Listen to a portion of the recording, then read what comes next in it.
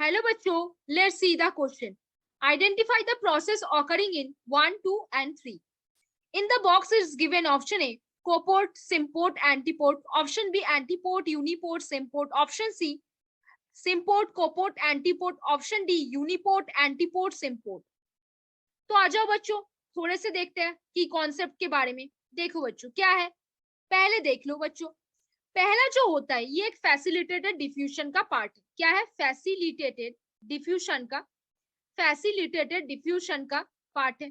अगर वो facilitated diffusion है होता है तो फैसिलिटेटेड डिफ्यूजन बेसिकली क्या होता है? प्रोटीन प्रोटीन प्रोटीन मॉलिक्यूल्स के थ्रू होता है. प्रोटीन मॉलिक्यूल्स क्या करते हैं? हेल्प करते हैं ऐसे चीजों को जो इजिली सेल को क्रॉस करके नहीं जाते. तो यहाँ पे प्रोटीन कैरियर्स प्रेजेंट होते हैं. कौन प्रेजेंट होते हैं? प्रोटीन कैरियर्स प्रेजेंट होते हैं. ऐसे ट्रांसपोर्ट दो तीन टाइप्स के होते हैं. क्या क्या? एक होता है सिम्पोर्ट, एक हो जाता है सिम्पोर्ट, एक हो जाता है यूनिपोर्ट और एक हो जाता है एंटीपोर्ट. एक क्या हो जाता है? एंटीपोर्ट. मान लो अगर सेल पे ऐसा एक मॉलिक्यूल प्रेजेंट है इस सेल पे और दोनों सब्सटेंस एक ही डायरेक्शन पे मूव कर रहे हैं तो उसको हम क्या बोलते हैं? सिम्पोर्ट. अगर मानो इस सेल पे एक प्रोटीन प्रेजेंट है और सिर्फ एक सब्सटेंस एक डायरेक्शन पे मूव कर रहे हैं उसको हम बोलेंगे यूनिपोर्ट. मानो अगर सेल पे इस मॉलिक्यूल और इस कैरियर के साइड में दो मॉलिक्यूल डिफरेंट डायरेक्शंस पे मूव कर रहे हैं उसको हम क्या बोलेंगे? एंटीपोर्ट. तो सिम्पोर्ट मतलब दोनों सब्सटेंसेस ए और बी सेम डायरेक्शंस में मूव कर रहे हैं. यूनिपोर्ट मतलब सिर्फ एक सब्सटेंसेस मूव करेगा एक डायरेक्शन पे. एंटीपोर्ट मतलब ए और बी दोनों दो डिफरेंट डायरेक्शंस में मूव करेगा. तो इन तीनों टाइप्स के मूवमेंट के थ्रू क्या होता है? फैसिलिटेटेड डिफ्यूजन होता है. अब देखो बच्चों क्वेश्चन में वापस आते हैं. डायग्राम में पहला जो ए मॉलिक्यूल बोला गया है वो सिर्फ एक डायरेक्शन पे मूव कर रहा है कैरियर प्रोटीन के थ्रू. तो ये क्या होगा? यूनिपोर्ट हो जाएगा. क्या हो जाएगा? यूनिपोर्ट.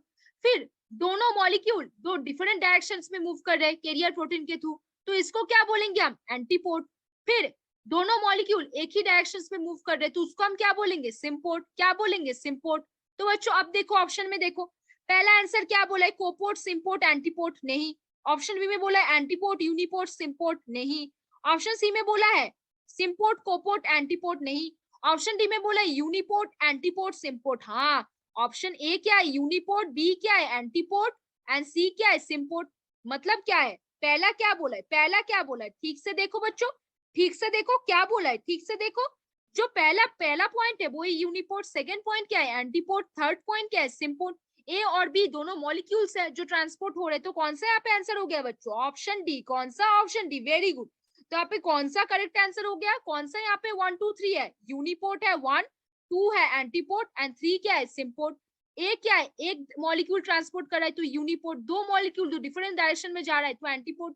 दो मॉलिक्यूल एक डायरेक्शन में जा रहा है तो सिम्पोर्ट. तो यहाँ पे कौन सा सही आंसर हो गया बच्चों? Option D.